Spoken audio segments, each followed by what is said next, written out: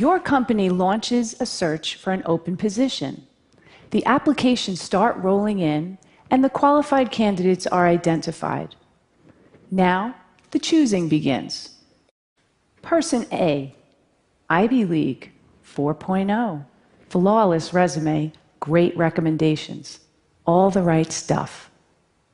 Person B, state school, fair amount of job hopping, and odd jobs like cashier and singing waitress. But remember, both are qualified. So I ask you, who are you going to pick? My colleagues and I created very official terms to describe two distinct categories of candidates. We call A the silver spoon, the one who clearly had advantages and was destined for success. And we call B the scrapper, the one who had to fight against tremendous odds to get to the same point.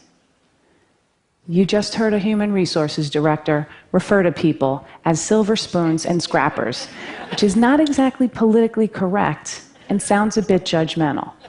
But before my human resources certification gets revoked, let me explain. A resume tells a story, and over the years, I've learned something about people whose experiences read like a patchwork quilt that makes me stop and fully consider them before tossing their resumes away. A series of odd jobs may indicate inconsistency, lack of focus, unpredictability, or it may signal a committed struggle against obstacles. At the very least, the scrapper deserves an interview.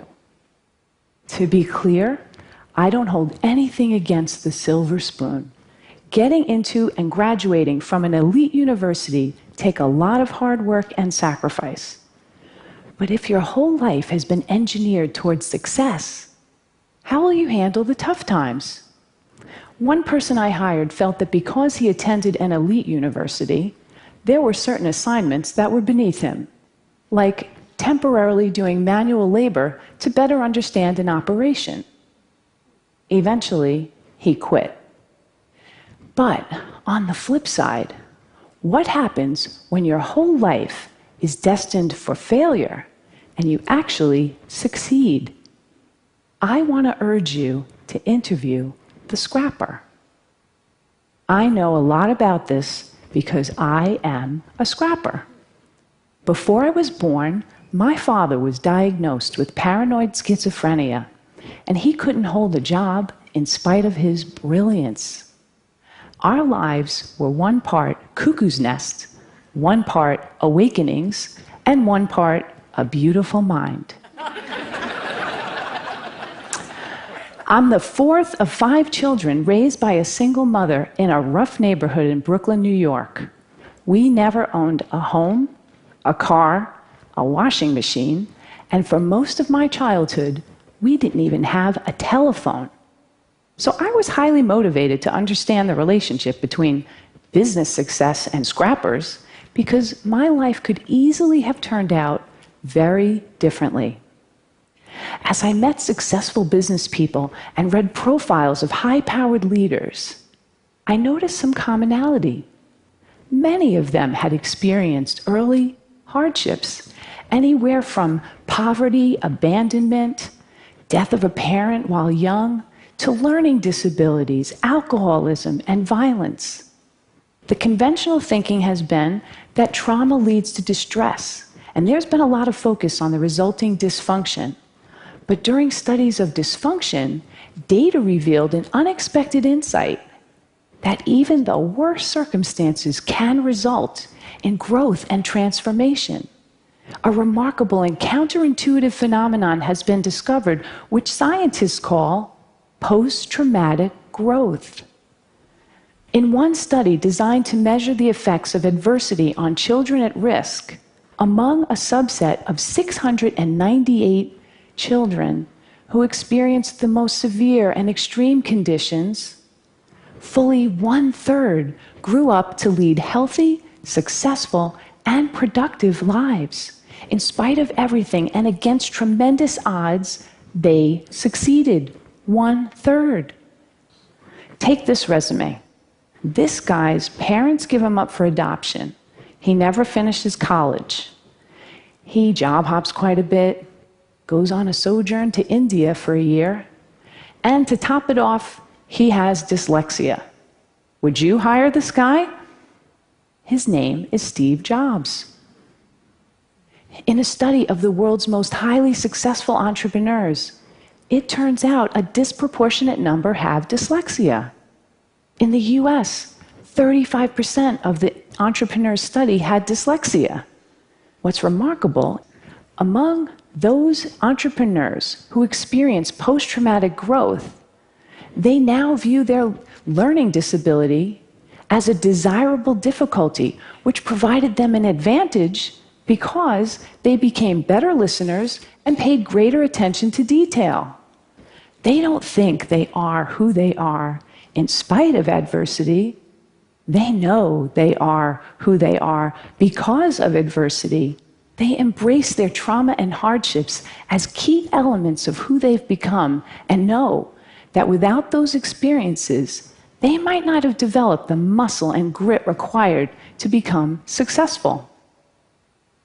One of my colleagues had his life completely upended as a result of the Chinese Cultural Revolution in 1966. At age 13, his parents were relocated to the countryside.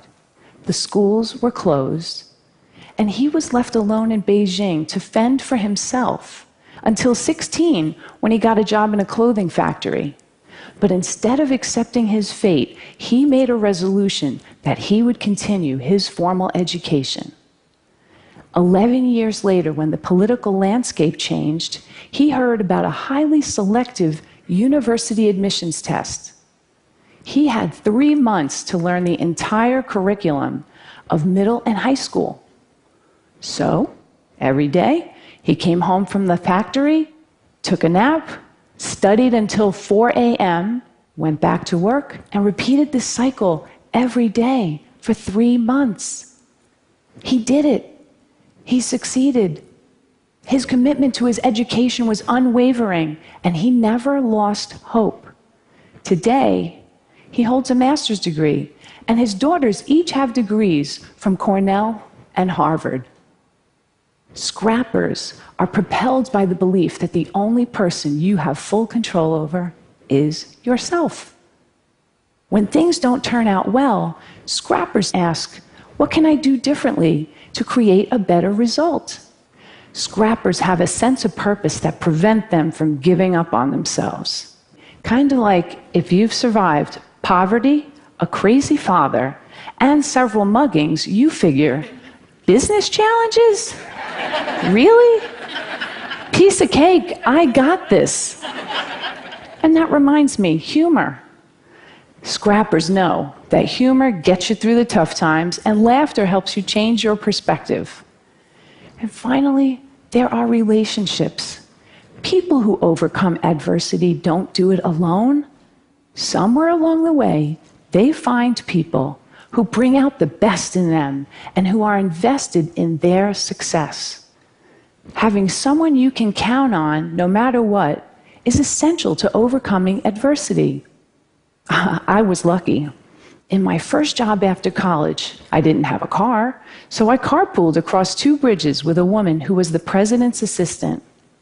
She watched me work and encouraged me to focus on my future and not dwell on my past.